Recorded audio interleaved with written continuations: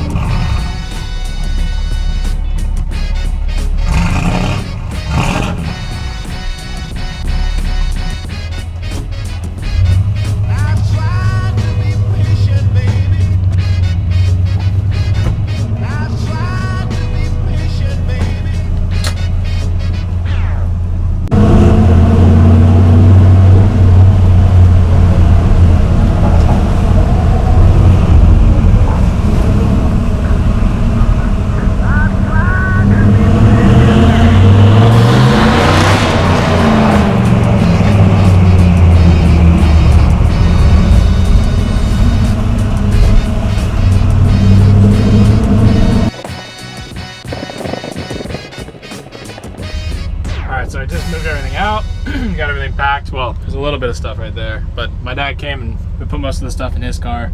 So I'm sitting in my truck right now, letting it warm up. I'm gonna run back up to my house and probably just work on the C10, honestly. When I last drove it, I retuned it, and I think I have way too much timing in it because if you remember, I timed it without a timing light. So I think I have it at like 16 to 18, way too high. And I think it's advancing it too much and it's burning fuel too soon and it's running really lean. So it ran at like 220 when it was just sitting there in traffic, and it usually stays at around 180. So I got some issues there I want to fix, but I did kind of want to just do a little, I guess, documentation of me just moving out. I don't really know. But yeah, we're gonna drive home, unload all my stuff. I'm gonna shower, shave, clean myself up. I probably look like trash, so I'm gonna clean myself up. We're gonna come back, work on the C10, and hope you guys enjoy that. So yeah, we're gonna go up and work on the C10.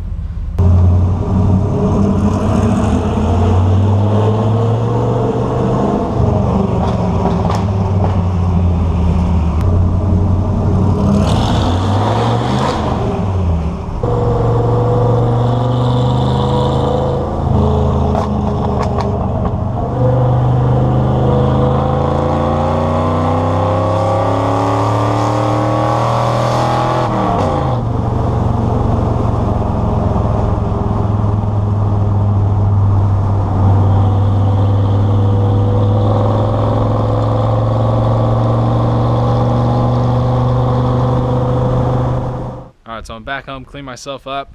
I've got a couple things to do to the C10, like I said. So kind of what I was looking to do is pretty much just start from scratch with the tune. I ran it at a car show, kind of like a cruise night a week ago. The truck just sitting here idling got up to like 215, which is way too hot for this motor. 90s GM motors like to run at 220, that's their operating temp, but this one should run about 180, that's what it usually sits at. I retuned it, I leaned it out. I think I leaned it out way too much and it was running really hot. So I do need to kind of start over.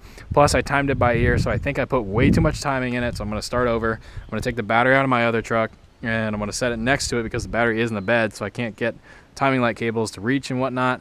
So I'm going to start over timing wise. I'm going to probably put it between 12 and 13 degrees. It doesn't have a vacuum advance. I took it off. I don't want it advancing that much. That's what I think kind of the issues are. And then I'm going to probably pull the float bowls off of the carburetor or work with the carburetor a little bit. Start over there because I noticed I can lean out one side until it literally closes and it seems to idle great, and then I rich in the other side, and if I lock out the other side it'll die. I don't know, they're really off balance, which is not good. That kind of makes me think that one of the jets are clogged. I don't know, there's a lot of things that can go into that I gotta take into consideration. The truck runs great in terms of like running wise. I mean, it runs fine, it just runs really hot, which is not good. I think I'm burning up the motor, so I really need to start over. I think I need to clean it. There's a couple things I want to do, but yeah, overall the truck's pretty much dialed in terms of reliability and stuff I need to do with it. And so no one's home, so I can't take the hood off because you need two people, so I can't really like rely on anyone to help me take the hood off. I'm not gonna try to take it off myself because when I did, I scratched it. I'm not trying to destroy the paint again. So yeah, I'm just kind of like patiently waiting until someone's around to help me take the hood off so I can actually start working on it. And then I think when I did some of the primer on the truck, I got overspray on a lot of the chassis parts, so I need to respray them black. I don't think it's much. I mean, just like one little light coat will do it, honestly. But yeah, I do need to fix all that. So that's kind of what today's plan will consist of, and hopefully afterwards we'll have a nice, clean, running, reliable, decent truck that I can just whack the key and go. So yeah, we'll get right into it.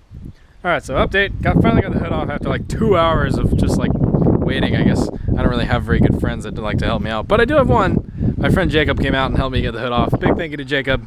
Now I can actually work on the truck because I can't really take the hood off by myself, otherwise I'll scratch it, or I can actually crack the fiberglass from flexing it all weird because I'm not really big enough to grab both sides of it.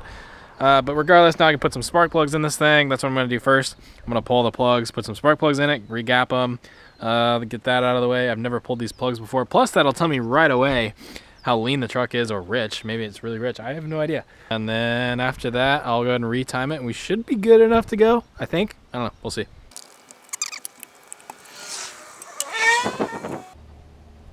Yeah, it's looking pretty lean.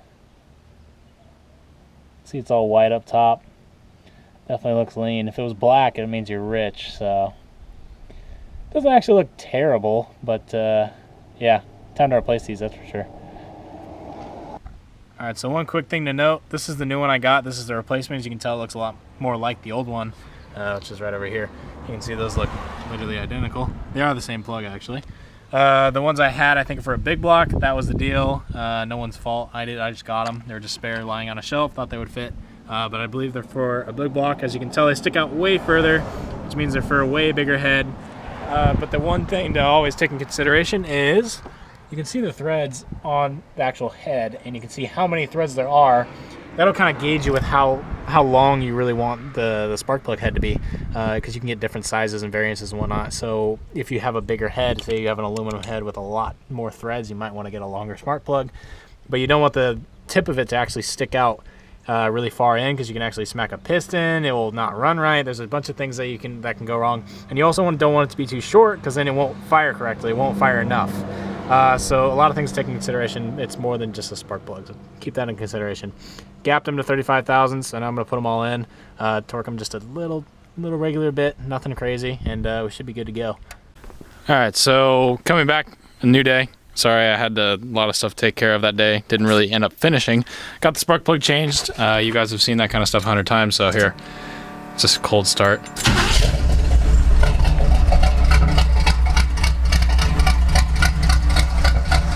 It's completely cold. As you can tell, it's cold out. Kind of weird. Went from like 80 to 60 in one day.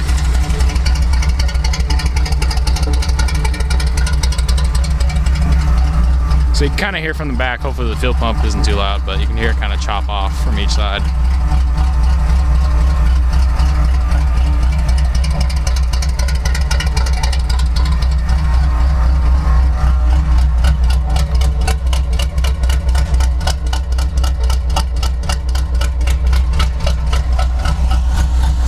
I think it is a little lean, but we'll see.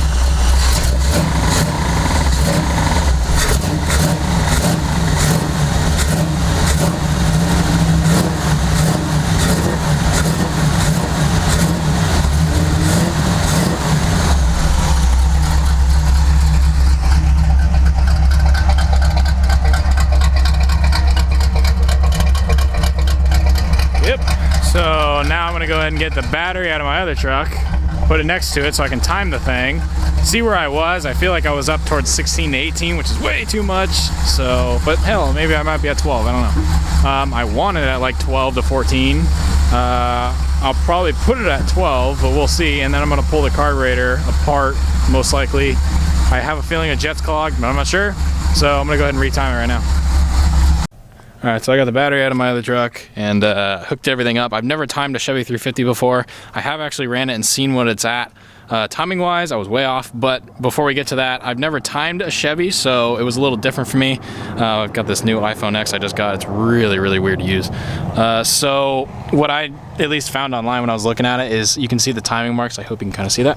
So we've got a 0, an A, and an R. So R is retarded, A is advanced, obviously, and then I got the 0 mark, and there's a bunch of little tallies that go up it, and each one goes by increments of 2.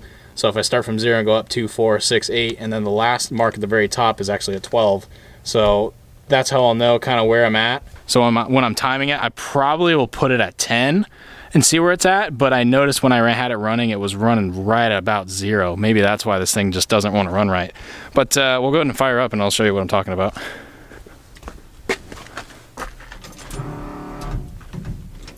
Oh, come on. Didn't pull it far enough.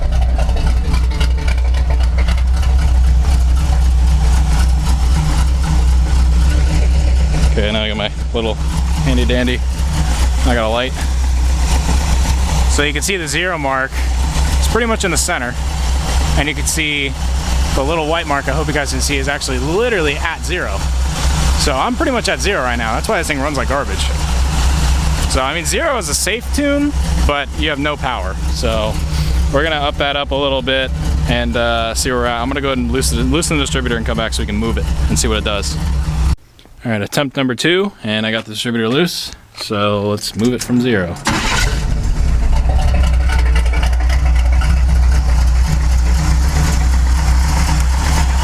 Okay, still at 0. Give it a... So that did something. Let's see if that... I feel like that went...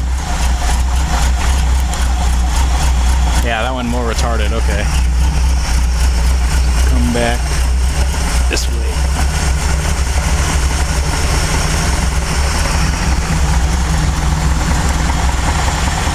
Okay, that's at like 10.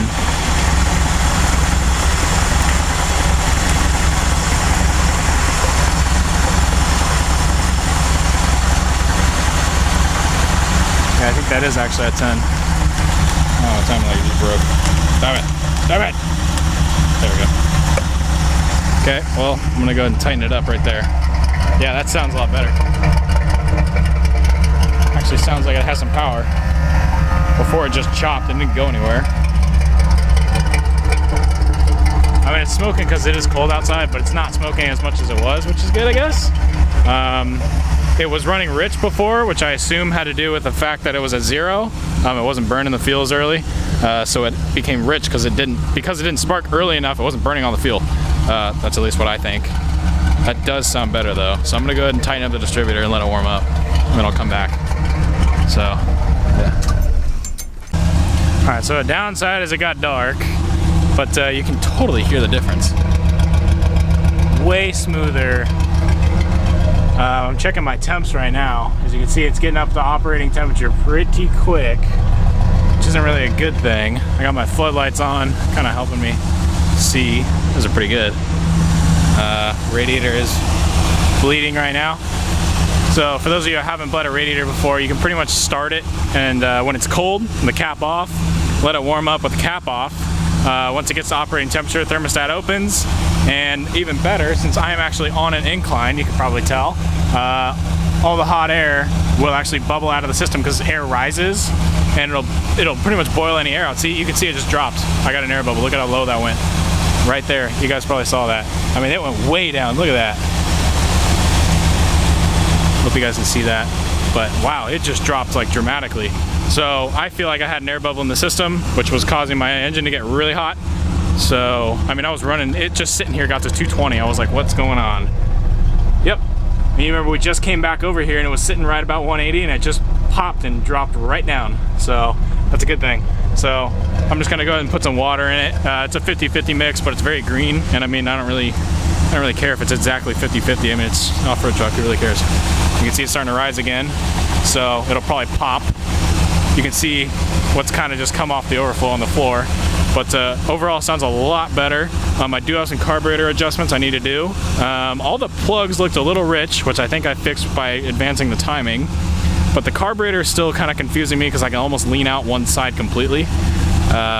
So that's a little bit weird. Like I can literally lock one of the auto mixer screws in and it runs fine. So I'm like, what's going on there?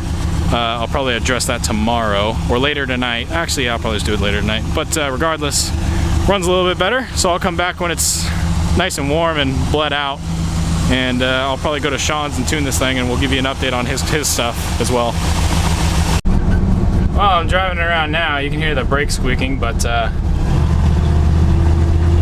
this thing absolutely rips.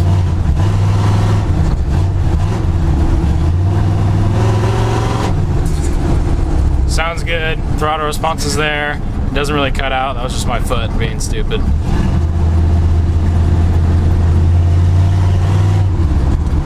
So yeah, pretty stoked with that.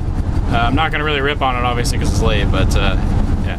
All right, so I drove the C10 around a little bit. Seems to be doing pretty good. I don't know, we'll see when I drive it more. It stayed cool, which is awesome. So that was my big problem when I was driving around, sitting in traffic, I was overheating. So I figured that out. You guys saw the air bubble go down. We got another motor project chilling here. This is Sean's stuff. He's got a ton of parts for this thing. We'll hopefully be building this summer. We're hopefully also getting a chassis for it. We're not sure what we're gonna do about the Fox body yet. We might have an opportunity for a different vehicle that would be even better for this motor to go in. You can see we got a transmission over there and a bunch of other stuff. A lot of cool stuff coming this summer. And to top it all off, we actually got Sean's 40 timed and running properly with a nail head in it. So it's like a charm. Yeah, you can literally whack the key and it starts right up, but it's like 10:30, so we're not going to, but just take my word for it. So regardless, thank you guys so much for watching. Like the video if you did enjoy. Let me know what you think down below in the comments, and I'll see you guys soon with another video. Thanks so much for watching. But I think I'm gonna get it and do some fun stuff with it. So here, I'll show you.